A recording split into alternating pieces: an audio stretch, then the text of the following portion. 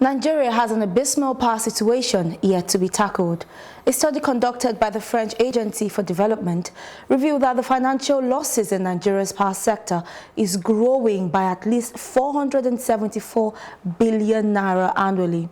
This again brings us back to the case where Nigeria is still saddled with insufficient power generation to meet up with the need of its over 190 million population. On this episode of One on One, I have with me Dr. Wiebe Boer, CEO of All On, an investment firm specialized in off-grid power generation.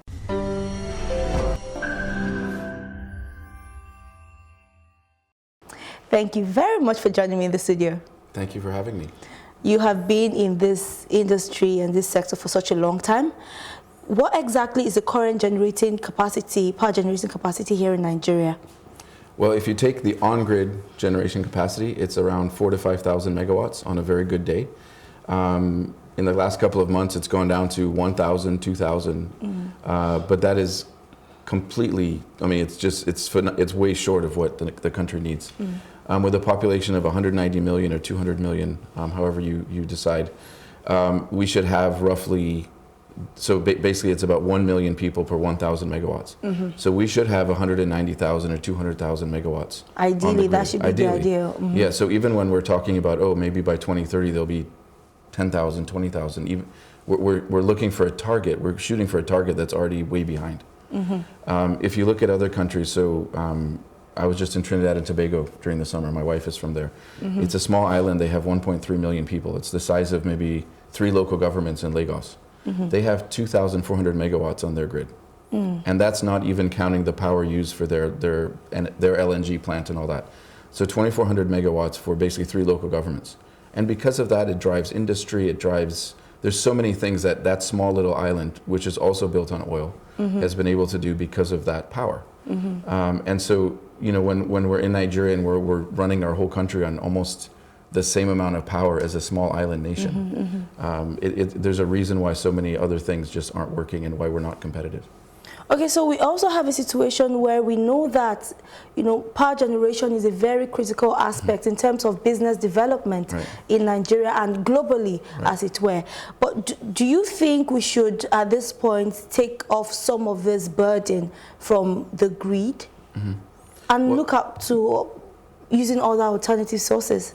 Right. Well, it's unfortunate we have to talk about a burden. Like a grid shouldn't be burdened. Like a grid should actually be there to supply the power for what is needed, right? But yeah, so you know, a lot of, I mean, most companies in Nigeria, they spend around 40% of their operational costs is on power generation. A typical company elsewhere in the world is maybe 8%.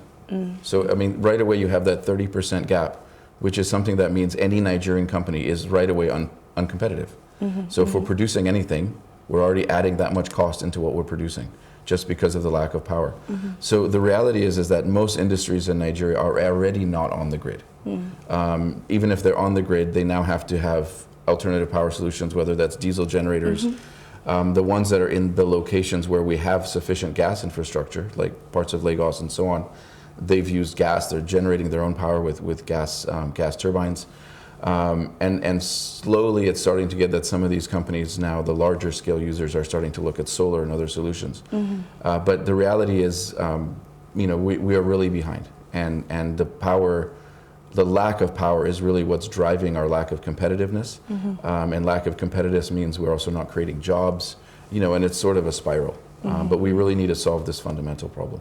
Now, this takes me to the hydropower plant in Plateau State. I don't think a lot of Nigerians know that exists. That there's a place in Nigeria that goes almost without, you know, a termination in its power supply.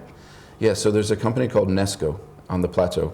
It started in 1929, so 90 years ago. And actually its first hydro plant was set up in 1926. And it was initially there to power the tin mines. And so, you know, up until the 60s and 70s, basically they had set up a number of hydro dams, very small ones all over the plateau. The total capacity was only about 26 megawatts, which is quite small. But they were powering the tin mines and the communities around them. As the tin mining industry kind of came to a halt in the 60s and 70s, they were now licensed that they could provide power to rural communities around Plateau. So they now power 7 local governments, rural communities in 7 local governments, and then they are allowed to power industries on the outskirts of Jos. And then after that, then the Jos disco takes over. But basically, the areas that NESCO has been providing power to, the rural communities particularly, for almost 90 years have had 24/7 uninterrupted power. When NESCO is going to turn your power off, they'll actually send you a message and apologize. And it's usually because of one issue around maintenance and so on. And you know, they're not powering that many people, but what they've done is they've proven that, you know, with the right type of commitment to maintenance and the right customer engagement and so on, you can actually provide grid power to people in a reliable way, and it's not that complicated. And so I think there is an example where that was a company that the government never took over. It's always been private. They were even given a unique license. They're the only company that actually has a license to generate, transmit, and distribute power. And so it's unique, but it's in Nigeria. It has been very efficient. Yes. Yeah. So, you know, we can just look at that model and say, okay, we shouldn't give up. We can actually do this, and we have been doing it for 90 years. Now let's take a look. Nigeria has a humongous abundance of natural resources, one being the sunlight. And this can help transform our energy sector. All of these issues being clamored about shouldn't still be an issue. Do you think we're leveraging on this particular resource as we should as a country? I think in Nigeria we don't leverage any of our resources enough as we should. And so, yeah, solar, I mean, obviously solar is free for now. Maybe someday people will make us pay for it. But for now, obviously solar in Nigeria is abundant. And if countries like Germany can run on solar power, then obviously Nigeria. Any part of Nigeria, obviously the radiation will be different in different parts, but any part of Nigeria has adequate sunlight to generate solar power. You know, and if you take the combined sort of installed solar power in Nigeria, I doubt it's up to 100 megawatts. You know, and that's, you know, distributed across thousands of sites around Nigeria. And so we have a long ways to go, because this is a resource we have in abundance and that we need to harness. The other advantage of solar is that it can be generated anywhere, and then the power can be used at that place. You know, if you're doing hydro, obviously you have to be on a river or something. If you're doing gas power, you have to have gas infrastructure. You know, eventually, you know, solar at less than utility scale is not necessarily cost efficient, but it is a very good near-term solution. Longer term, some of our other resources like gas. Yeah, exactly. I was going to come to that. So what are the other low-hanging fruits that we can leverage on right now? So solar is the I think the most immediate low-hanging fruit. The other is we actually do have abundant hydro capacity. So just like those small dams on the plateau, you know, there's hundreds of places around Nigeria where you can do these small 1, 2, 3 megawatt dams, or, you know, hydro turbines, and then generate electricity for the immediate community, not necessarily for the grid, but just for the communities around that. Gas, though, is ultimately what Nigeria's power solution is going to be delivered by. We have so much gas, far more gas even than oil. And you know, the infrastructure isn't there. That's currently being wasted. Right, and even the policy environment isn't necessarily quite there yet to get us to the point where we can use gas in the way we should. But considering, you know, even if you take away solar and hydro, just the gas we have means we should not have any problem with generating and distributing the power we need. We have the resources, we just have to use them properly. But then I reckon that there are certain risks that are involved, especially with the fact that the solar companies that are springing up now, they're rather new compared to the grid that is already existent. What exactly could the risks that are involved be? Right. Well, I mean, the grid itself is very risky because of the fact, you know, it hasn't really been maintained properly for the last several decades. And so I would say probably the grid itself may actually be more dangerous. But at the same time, you know, the kind of solar companies that are coming into the market that we invest in operate at the highest safety standards. And so, you know, we and most other investors would not put a cent or a kobo in these companies if we had any concerns. Obviously, in anything, there's always a risk. But the majority of the companies that are operating in this space are regulating themselves to ensure that the standards and the safety that they operate on is something that you know, will avoid any, you know, risks, any risk. Well, you can never avoid all risks, but most of them. So I think on balance we're okay. But again, it's something that the industry takes very seriously. Now, your company, All On, I know it invests in companies that deal with, power generation. Now, what are those particular things that you look out for before investing in those companies? Because I reckon some people would want to go into these businesses. So what are those specific things that you look out for before saying, oh yes, I think you're a good fit for investment? Right. So All On is, we're funded by Shell. So Shell is the company behind us. But the companies that we look at, I mean, our primary focus is on delivering power to low-income households and SMEs. We have a Nigeria-wide mandate, but because of who our funder is, our investor is, we focus on the Niger Delta. And so we would not invest in a company that would never work in the Niger Delta. But other than that, what we look for is, can they deliver power affordably? So, if the end user can't afford it, then there's no market, need for it. But can it scale? Right, I don't want to invest in something that is only going to be able to provide power for 100 households. We have 90 to 120 million Nigerians who don't have power, and we need to solve that very quickly. So we need to invest. So we're investing in those companies that can deliver power affordably, but also at scale very quickly. And so we're also looking for, anytime there's a new industry anywhere, you have a lot of people jumping into it who don't really understand it or may not really have the right reason for being in it. And so we also obviously look very carefully at who are the sponsors, who's the management team, who are the entrepreneurs driving this company. Are these the kind of people that we can work with, that we can bet on? And that often is also what makes a difference between one company or the other, is who's running it and who's behind it, and their integrity and their credibility and their kind of commitment to doing this for the right reasons. We'll take a quick break now. Stay tuned. You're still watching One on One on Plus TV Africa.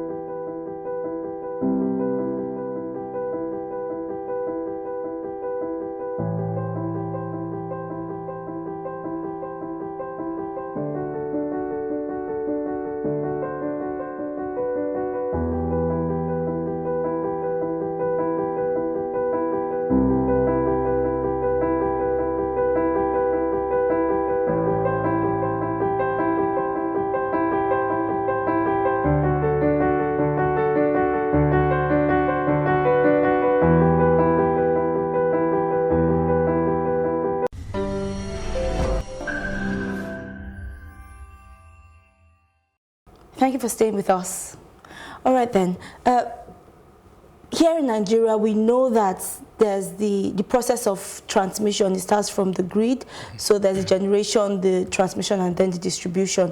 But are there possibilities of just having exactly from generation to distribution all on one spot?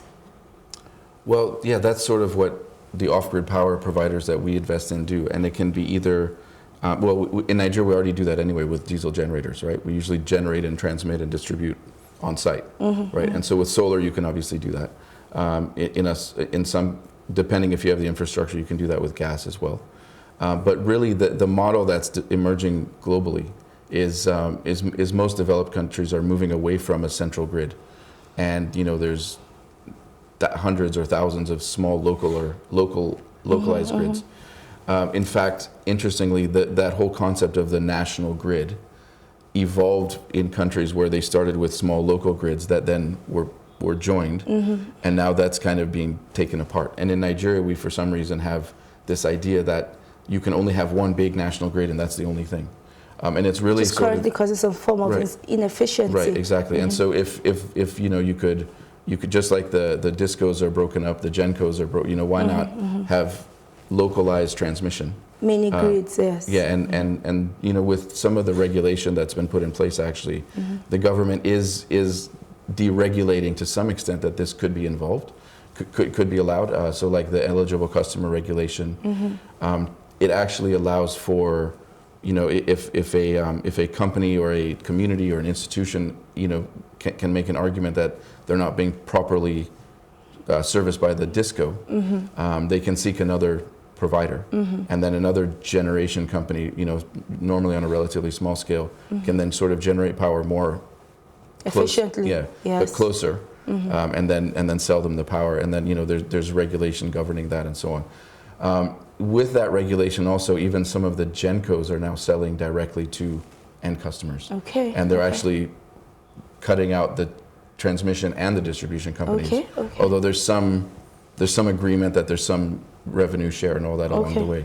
But the one that's doing that primarily, that is well known, is Mainstream Energy, which is the company that has the concession for the dams on the Niger River. And they're actually already selling power directly to customers in Lagos. And then it's some kind of agreement with the transmission company.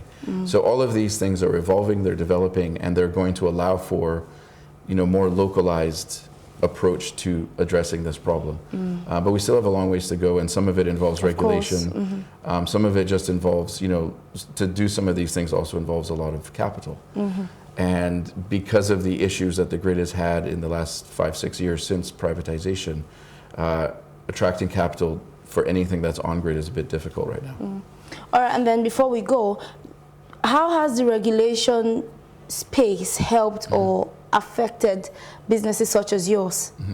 Well, in many ways, we could hardly even exist if some of the regulations from the last 4 or 5 years weren't put in place.